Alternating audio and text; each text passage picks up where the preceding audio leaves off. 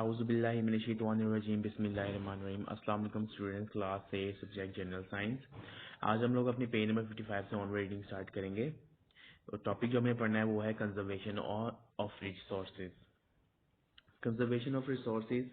Fossil fuels are present on earth in limited quantities. अब हमें पता है फॉसिल फ्यूल्स जो दुनिया में पाए जाते हैं वो बहुत कम मिकदार में है। Their unwise use must be stop and they need to be conserve.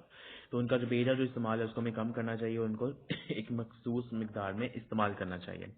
Three strategies reduce, reuse, recycle can be adopted for conservation of resources.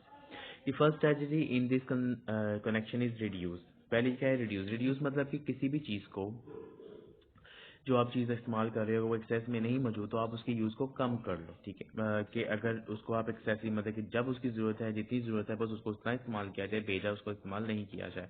तो ये क्या चीज़ होती है? रिड्यूस होती है।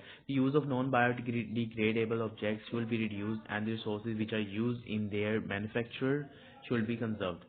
दी सेकंड स्टेप अगला आता है रीयूज, मतलब एक ही चीज़ को बार बार इस्तेमाल करना रीयूज कहलाता है। मतलब एक चीज़ को अगर आपने उसको इस्तेमाल किया है, ठीक है, उसको आप दोबारा से रीयूज करो। दी second step in three strategies is reuse. The non-biodegradable objects should be used again and again instead of throwing them after the first use.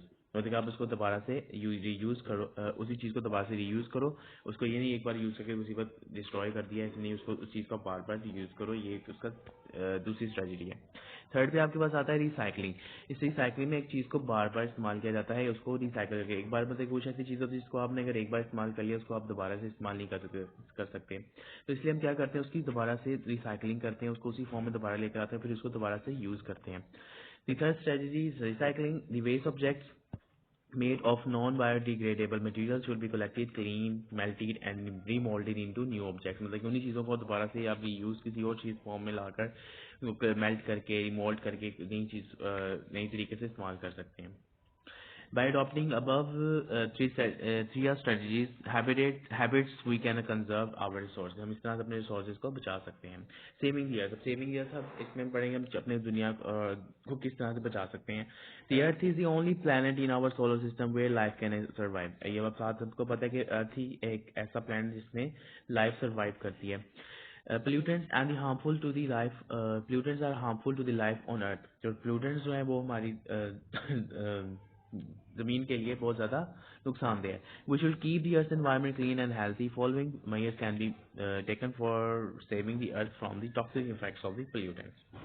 अब उसको साफ करना जमीन को साफ रखना बहुत जरूरी है उसकी सेहत के लिए। अब इसमें कुछ ऐसी स्ट्रेटजीज हम पढ़ेंगे जिससे हम क्या करते हैं जमीन को आलूदा होने से और बचा सकते हैं। सबसे पहले आपके पास आता है solid waste management. Solid waste include plastic, glass items or styrofoam, sewage, sludge, agriculture waste and domestic trash etcetera. ये सारी चीज़ें सॉलिड वेस्ट मैनेजमेंट में सॉलिड वेस्ट में आती हैं। This waste pollutants the earth environment when they dumped on the open places. जब हम इन चीज़ों को ओपन जगहों पे फेंक देते हैं तो वहाँ पे क्या करती है वो एयर पोल्यूशन क्रिएट करती हैं। Hence we should not dump them on open places और नॉट बर्न दैम। मतलब कि ना हम उनको ओपन जगह पे फेंकें ना ही उनको वहाँ पे जलाएं। They should be damaged properly, उनको पूरी तरीके से खत्म करना चाहिए। Landfill, incineration and recycling are the common methods. अभी तीन मेथड है जिनके बारे में हम लोग पढ़ेंगे। तो सबसे पहले आपके पास आता है लैंडफिल। लैंडफिल इस मेथड पे हम क्या करते हैं कि जो भी हमारे पास वेस्ट होता है उसको हम किसी जगह पे दफना देते हैं। मतलब कि खुदा खोद के उसके अंदर सारा वेस्ट फेंक कर तो ऊपर से मिट्टी दे दी, वो उसके अंदर लैंडफिल में कम्प्लीटली अंदर ही डिस्ट्रॉय हो जाता है। The method solid waste are buried in properly designed landfill which we will manage for maintaining hygienic conditions. It is relatively inexpensive method of disposing of waste materials. आगे वाला आता है आपके पास इंसिनरेशन। इंसिनरेशन में हम क्या करते हैं उस वेस्ट को हाई टेम्परेचर में जला देते हैं कि उसका बिल्कुल ही वहाँ पे जो चीज़ उसके अंदर हार्मफुल प्रोडक्ट्स होते हैं वो बिल्कुल ख़त्म हो जाते हैं। रिसाइकलिंग में हम क्या करते हैं कि किसी चीज़ को बार बार इस्तेमाल करते हैं। मतलब कि एक चीज़ अगर यूज़ चीज़ को आप दोबारा से यूज़ करके दोबारा से उसको किसी और फॉर्म में लाकर इस्तेमाल कर सकते हो। In this method plastic items like plastic bottles and polythene bags, glass pieces, aluminium, steel cans properly wide except are collected separately, clean, melted and molded into new products. In this way they are used again and again to reduce pollution. अगला आपके पास आता है environment companies. Environment companies will be conducted frequently for creating awareness among common people about pollution and reducing harmful effects. Environmental campaign मतलब हम दूसरों के लोगों के अंदर भी आगाही पैदा करनी है कि वो जितना हो सके पॉसिबिलिटी इस एयर पोल्यूशन को पोल्यूटेंट जितने भी वो फैल रहे हैं उसको कम से कम किया जाए। अब उसको हम किस तरह से कर सकते हैं? सच कंपेन में भी इंक्लूड सेमिनार्स, हमें सेमिनार्स करने के स्कूल टॉक्स में, स्कूल में जाकर बच्चों को इस चीज़ के बारे में आगाह किया जाए, डिबेट्स दी जाए इस बारे में। Collecting the world environment day, मतलब कि 5 जून जो है वो कलेक्टिव वर्ड उसको अर्थ एनवायरनमेंट डे कहा जाता है। उस दिन आप स्पेशली जाके इस तरह के इवेंट्स हैं जिसमें आप अपनी ज़मीन को और साफ सुथरा रखने के लिए क्या इकदाम उठा सकते हैं, उससे लोगों को आगाही दी जाए। अगर आपके पास आता है रिस्पॉन्सिबिलिटी फॉर ऑल, अब हम सबकी क्या रिस्पॉन्सिबिलिटी है? All of us responsible for keeping environment clean.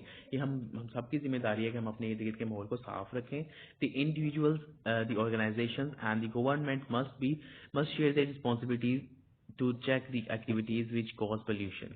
अब हमें वो सब चीज़ों पर हाईलाइट करना है कि जिससे हमें पता चल रहा है कि किस तरह से आलूदगी फैल रही है। ठीक है, following measures can be taken to reduce pollution. Following तदबीर हैं जिनको हम फॉलो करते हुए पोल्यूशन को कम कर सकते हैं। Domestic trash and other solid waste will be dumped on, should not be dumped on open places. हम ऊपर पढ़ चुके हैं कि जो हमारे पे ट्रैश है उसको हम कहीं ऊपर ओपन प्लेसेस में मत फेंकें। Instead of personal car public transport will be use for travelling. अब पर्सनल कार को यूज़ करने के बजाय हम लोग पब्लिक ट्रांसपोर्ट इस्तेमाल करें, इससे हमारे को काफ़ी फ्यूल की सेविंग होगी। Sulphur and lead free fuels will be use in vehicles. अब व्हीकल्स में, गाड़ी वगैरह में सल्फर और लेड फ्री फ्यूल इस्तेमाल किया जाए ताकि उसमें आलूदगी कम से कम फैले। Factories and industries will be shifted away from the urban areas. शहरी इलाकों से फैक्ट्रीज और इंडस्ट्रीज को दूर कर दिया जाए। Acidic industries exhaust gas must be neutralise before releasing into the air. और एसिडिक इंडस्ट्रीज जितनी भी हैं, जितनी वो गैसेज एग्जॉस्ट कर रही हैं, उनको वो न्यूट्रलाइज करके फिर एयर में एग्जॉस्ट करें ताकि इसमें हार्मफुल केमिकल्स जो हैं वो हवा में मत फैलें। Engine of the vehicle should be tune properly.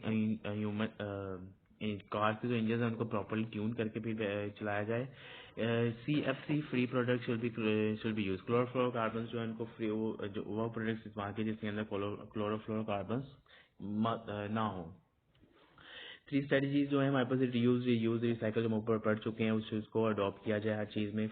Trees should be grown along the road side, और रोड्स के साथ साथ ज़्यादातर ट्रीज को उगाया जाए। डिफॉरेस्टेशन शुड बी अवॉइडेड, और डिफॉरेस्टेशन को कम से कम किया जाए ताकि हम अपने इर्द गिर्द के माहौल को और ज़्यादा साफ सुथरा कर सकें। इसी तरीके से हमारे पास ये चैप्टर हो गया कंप्लीट। ये की पॉइंट्स है, ये पूरा चैप्टर का ओवरव्यू है, ये आप लोगों ने एक बार पढ़ लेना है। ठीक है, उसके बाद हम इसकी नेक्स्ट लेक्चर में एक्सरसाइज स्टार्ट करेंगे, उसके बाद हमारी लेक्चर कंप्लीट हो जाएगा। बहुत शुक्रिया। अब ये टॉपिक्स आपने अच्छे तरीके से याद करने हैं। बहुत शुक्रिया।